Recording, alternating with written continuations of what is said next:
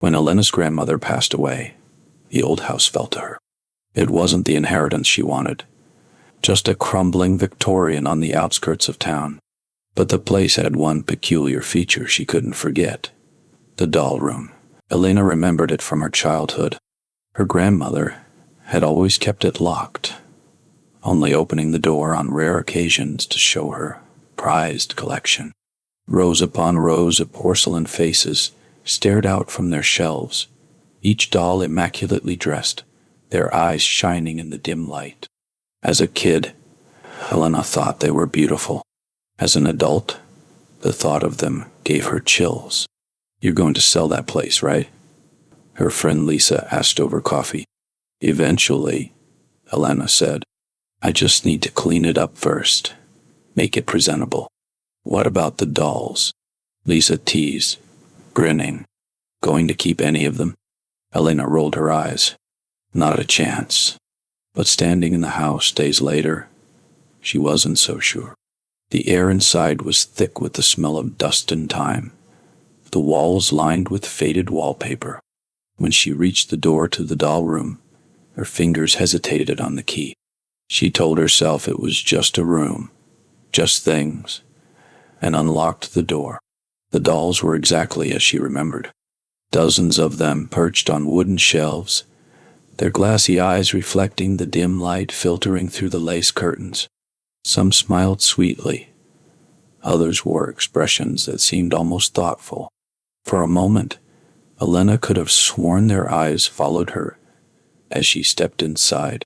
"Just things," she muttered, running her hand along a shelf.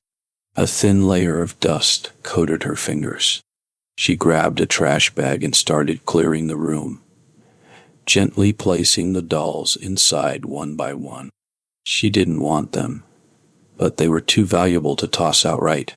Someone would buy them, she figured. That night, Elena slept poorly. She'd left the dolls in the living room, lined up in neat rows on the floor. Every time she closed her eyes, she imagined their faces staring at her in the dark.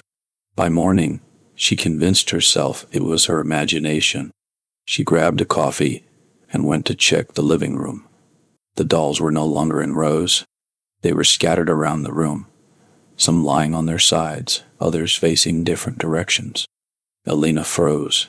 "No," she whispered. "I must have knocked them over. That's all." But the unease clung to her as she carefully arranged them again. She had decided she'd take them to an antique shop that afternoon. They needed to be gone. The whispers started just after lunch, faint, indistinct, like a radio left on in another room. Elena searched the house, convinced someone was inside, but every room was empty. She checked the locks, all secure. The whispers stopped, but the silence that followed was worse. By the time evening fell, she was jumpy at every creak and groan the house made. She avoided the living room entirely, staying in the kitchen until the late hours. Finally, she worked up the courage to peek in. The dolls were gone. Her breath caught, and she gripped the doorframe to steady herself. She stepped into the room, her heart pounding. There were no dolls on the floor, no bags where she'd placed them. Then she saw it. The doll room door was open. Elena's legs felt like lead as she walked down the hallway. She hadn't unlocked that door again. She knew she hadn't.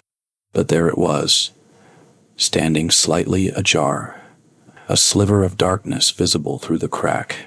Her hand trembled as she pushed the door open. The room looked just as it had before she'd started packing up. The shelves were full, the dolls arranged neatly, their eyes glinting in the dim light. Elena's pulse roared in her ears as she stepped inside. "What is this?" she said aloud, her voice wavering. The air felt colder here, thicker. She reached for one of the dolls, intending to prove to herself that this wasn't real. Before her fingers touched it, the doll's head turned. Elena stumbled back, a gasp caught in her throat. The whispers returned, louder now. overlapping voices that seemed to come from every direction. The dolls' faces shifted, their expressions twisting into something malicious. "No," Elena said, backing toward the door. "No, no, no." The door slammed shut. She spun around, yanking at the handle, but it wouldn't budge. The whispers rose to a crescendo, the air vibrating with their intensity. And then, silence. Elena turned back to the room. The dolls were gone. The shelves were empty. But the whispers had left something behind. A single doll, sitting on the rocking chair in the center of the room. It was a perfect likeness of her, down to the freckles on her nose, and the panic in its painted eyes. She didn't hear the whispers anymore. She couldn't. They were coming from her own throat.